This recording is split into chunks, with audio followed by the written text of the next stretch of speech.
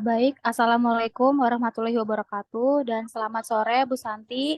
Kami dari kelompok 5 akan memaparkan hasil final proyek kami dengan judul Sistem Pendukung Keputusan Penyaluran Bantuan Zakat dengan metode simpel multi atribut rating teknik atau SMART. Mungkin bisa di next. Baik, sebelumnya perkenalkan anggota kelompok kami terlebih dahulu. Yang pertama ada saya, Edita Toding Serenden, dan ada keempat rekan saya. Yang pertama ada Cynthia Aprilian, yang kedua ada Gilang Rahmatillah, yang ketiga ada Muhammad Taufik, dan yang terakhir ada Yasmin Amanda Putri.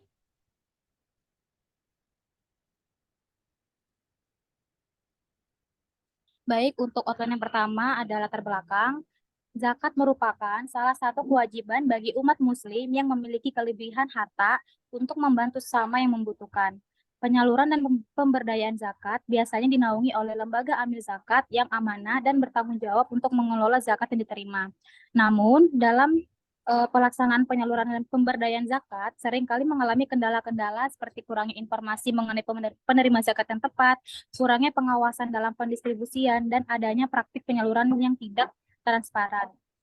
Agar dapat membantu lembaga amil zakat untuk menyalurkan dan mendistribusikan bantuan, diperlukan adanya sistem cerdas pendukung keputusan dengan metode SMART. Sistem tersebut dapat membantu dalam mengidentifikasi penerima zakat yang tepat, memantau proses penyaluran zakat, dan memastikan bahwa bantuan zakat sampai kepada yang berhak menerimanya. Next. Baik, adapun rumusan masalah dalam final project kami, yang pertama ada bagaimana merancang suatu program sistem pendukung keputusan yang dapat digunakan sebagai alat memproses dan menyeleksi serta menentukan suatu keputusan-keputusan untuk bantuan penyaluran zakat. Yang kedua, bagaimana mengimplementasikan program seleksi bantuan penyaluran zakat menggunakan metode SMART.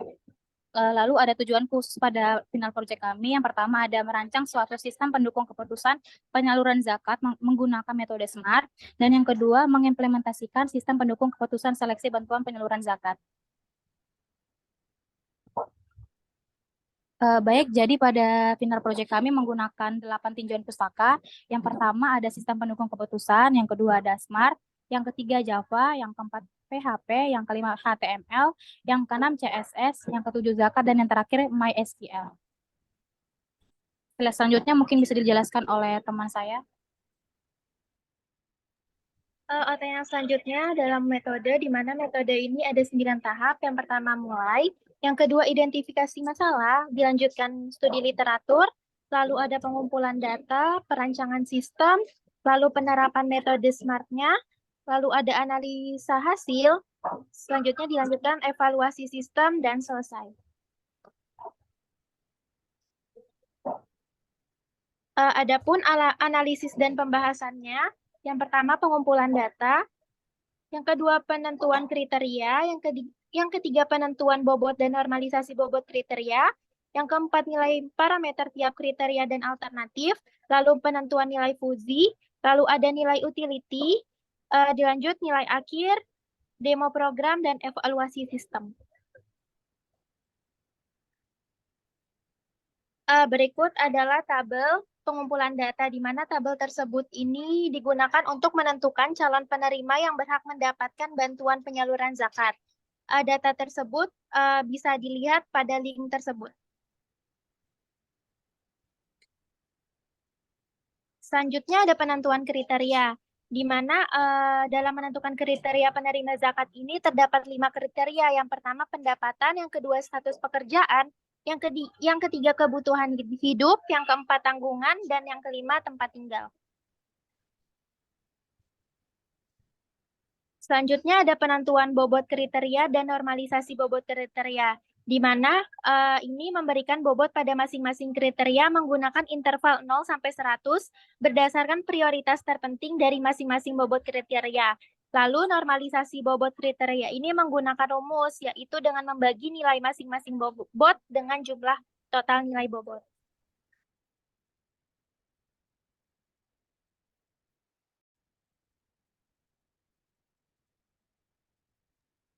Baik, selanjutnya yaitu nilai parameter tiap kriteria dan alternatif.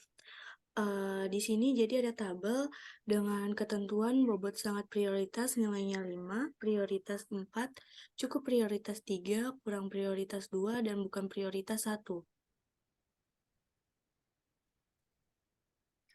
Kemudian di sini ada nilai Fuji, di mana dari nilai-nilai yang sebelumnya ada di tabel sebelumnya, ini diubah menjadi nilai Fuji yang bobotnya telah saya sebutkan sebelumnya. Di sini ada Siska dengan bobot pada pendapatan 4, kemudian status pekerjaannya 3, kebutuhan hidup 2, tanggung jawab 3, dan tempat tinggalnya 3. Next.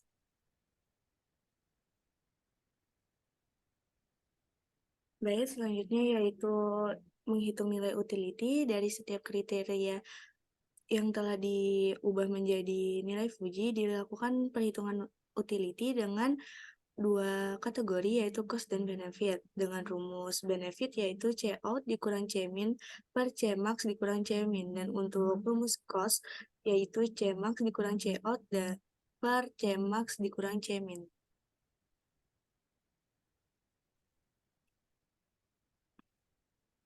Berikut adalah hasil dari perhitungan nilai utility yang telah dilakukan, di mana untuk Siska pada C1 yaitu 0,25, C2 0,5, C3 0,75, C4 0,5, dan C5 0,5.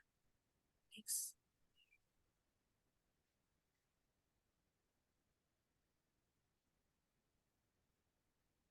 Baik, setelah dilakukan perhitungan nilai utility, yaitu menilai nilai akhir, di mana untuk nilai akhir ini menggunakan rumus nilai utility dikali normalisasi bobot kriteria.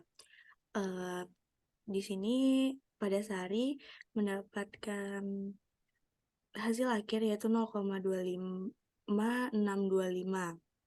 Berdasarkan hasil rekapitulasi menggunakan tools Excel, didapatkan hasil perankingan calon penerima zakat yang layak mendapatkan zakat, dan penentuan ini merupakan hasil akhir tertinggi yang didapatkan dari 35 data calon penerima zakat. Next.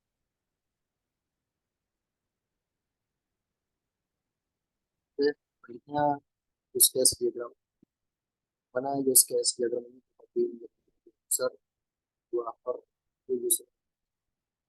Di mana user akan melakukan login terlebih dahulu dan jangan mendapatkan fitur mengubah password halaman dashboard berupa isi table, memasukkan nilai kriteria, sub kriteria, nilai alternatif, rankingan, laporan, kalau out dengan admin ditambah dengan fitur tambahan yaitu fitur laporan. Selanjutnya pada IRD ini, sini terbagi juga dari ada dua aktor yaitu berupa user dan admin, di mana user bisa memasukkan ID user dan password user, admin juga menggunakan ID admin, dan di mana kedua aktor ini bisa mengubah password, dan admin ditambahkan fitur tambahan yaitu aturan user, di mana admin bisa mengatur siapa saja yang bisa mengakses sistem, dan user dan admin juga dapat menginputkan data berupa kriteria, subkriteria, alternatif, rankingan, dan laporan. Kriteria sendiri ini dimasukkan itu berdasarkan nama kriteria serta bobot penilaian kriteria, dengan setelah itu subkriteria dengan masukkan nama subkriteria, bobot kriteria, serta seleksi dari kriterianya. Lanjut dengan alternatif, yaitu pemasukan nama alternatif dan rankingan, yaitu dari nama alternatif dan pencocokan hasil dari subkriteria dan alternatif, serta laporan yaitu berupa sebuah hasil akhir dari semua perhitungan yang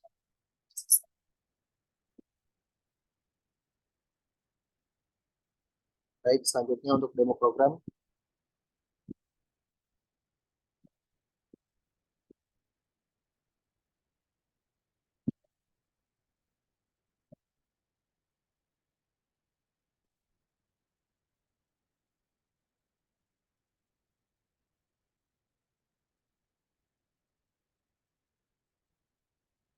Baik, untuk halaman login lihat seperti ini, di mana di sini kita akan memasukkan password dan passwordnya yang sudah terdaftar di awal. Di halaman awal terdapat sebuah dashboard, mana dashboard ini mempresentasikan mempresentasikan tentang chart dari semua data yang telah dimasukkan.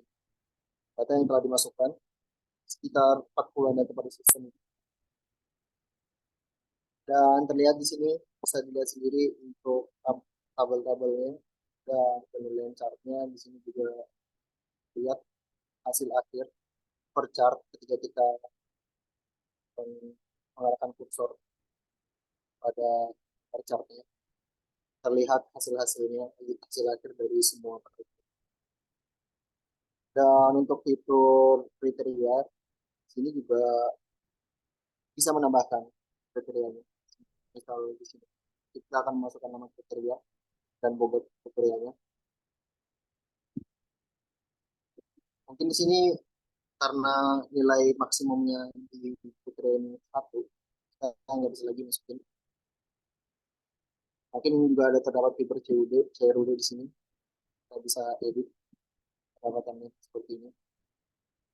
Dan bisa update di mana bobotnya ini dilakukan secara persentase. Selanjutnya, setelah kita memasukkan kriteria, semua kriteria kita yang ada, untuk memasukkan bobot sendiri, kita memasukkan dari perhitungan manual, di mana perhitungan telah diformalisasi. Hasilnya yaitu pertama 0,2, 0,225, 0,175, dan 0,2125, di mana semua hasil perhitungan ini ketika ditambahkan semua maka hasilnya 100% atau 1. Untuk memasukkan nilai sub kriteria, sini kita bisa menambahkan semisal nama sub kriterianya sesuai apa yang ada di perhitungan manual dengan nilai sub kriterianya berapa. Penilaian sub kriteria ini kita mengambil data dari perhitungan fuzzy dan kriteria di mana kecocokan kriteria di mana tadi dua sub kriteria ini. Misalnya di pendapatan, dan untuk pendapatan sendiri ada terdapat 5 sub kriteria, itu 0 sampai 500.000 dan lainnya. Selanjutnya untuk pemasukan sub kriterianya lebih kurang lebih sama masukan data seperti ini. Dia akan mencocokkan sendiri sesuai dengan kriteria yang kita pilih.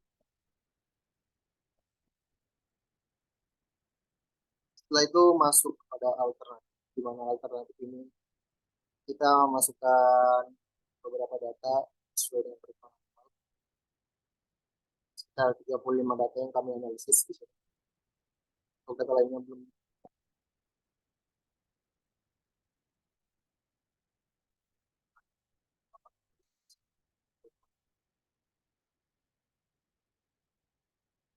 Misal ingin menambah ya di dalam fitur itu akan disimpan. Selanjutnya untuk perankingan sendiri, di sini kita akan mendapatkan sebuah data dari sub kriteria yang sudah kita masukkan serta alternatif yang kita masukkan, di mana di setiap sub kriteria memiliki nilai-nilai yang sudah ternormalisasi. Sini nilai-nilai yang sudah ternormalisasi. Jadi kita bisa melakukan satu fitur yaitu eksekusi printing, di mana data-data ini mempresentasikan bahwa dari hasil perhitungan yang awal dan dari hasil normalisasi akan dilakukan perhitungan dan semua data pada kolom pada baris 1 akan ditambahkan. Untuk keterangannya sendiri mengapa ini tidak layak, karena dari perhitungan dari sistem ini, karena taraf ukurnya kita masih kurang berapa orang yang harus layak kalau ukurnya. Karena dari sistem sendiri mengklasifikasikan kalau semisal nilai di atas dari 50 seharusnya itu termasuk layak, karena dari hasil perhitungan manual hasilnya 0,0 Maka di sini untuk keterangannya jadi tidak layak. Tapi untuk hasil perhitungan dari eksekusi perhitungan ini yang dari data yang ada itu sama. Jadi sekitar 35 data.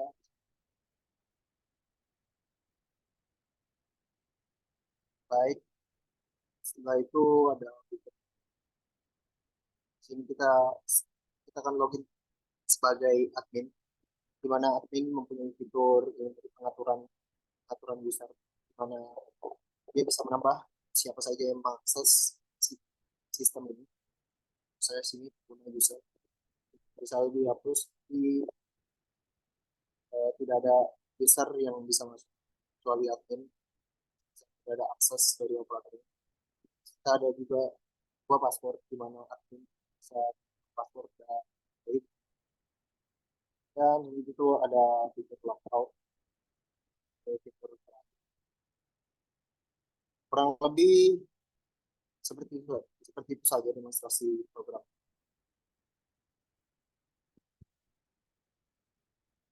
Lanjut.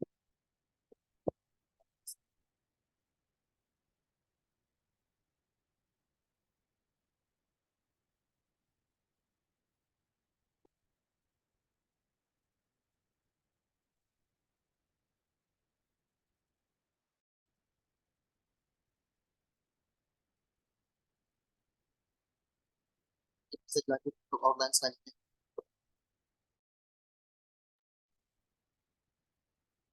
Kemudian ada evaluasi sistem. Setelah melakukan perhitungan melalui sistem dan perhitungan manual dengan tools Excel menggunakan metode SMART, selanjutnya dilakukan evaluasi hasil dari hasil kedua perhitungan tersebut. Dari hasil perhitungan sistem, didapatkan hasil penyaluran zakat yaitu sebagai berikut. Alternatif terbaik ditujukan kepada Nia dengan nilai akhir 0,6625 dan alternatif kedua ditujukan kepada Andi dengan nilai akhir 0,6375. Sedangkan untuk perhitungan manual mendapatkan hasil akhir yang sama yaitu Nia dengan nilai akhir 0,6625 dan Andi dengan nilai akhir 0,6375. Hal ini dapat disimpulkan bahwa perhitungan sistem dan perhitungan manual mempunyai hasil yang sama dan akurat. Mungkin bisa di next.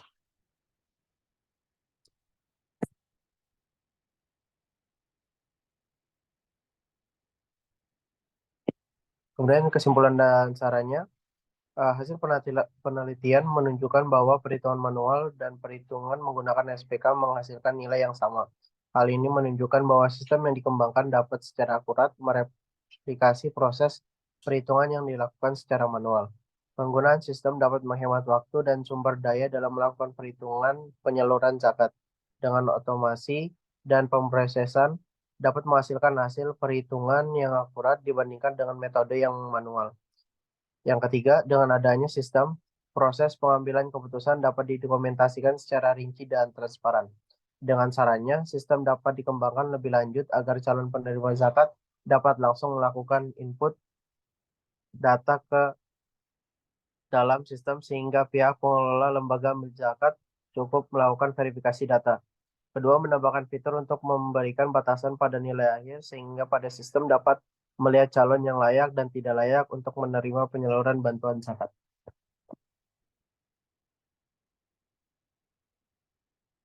Baik, mungkin itu saja dari kelompok kami. Terima kasih kepada Bu Santi yang telah membimbing hingga akhir pembelajaran. Dan terima kasih juga untuk anggota kelompok yang sudah berkontribusi mengerjakan laporan akhir ini. Sekian dari kami. Terima kasih. Wassalamualaikum warahmatullahi wabarakatuh.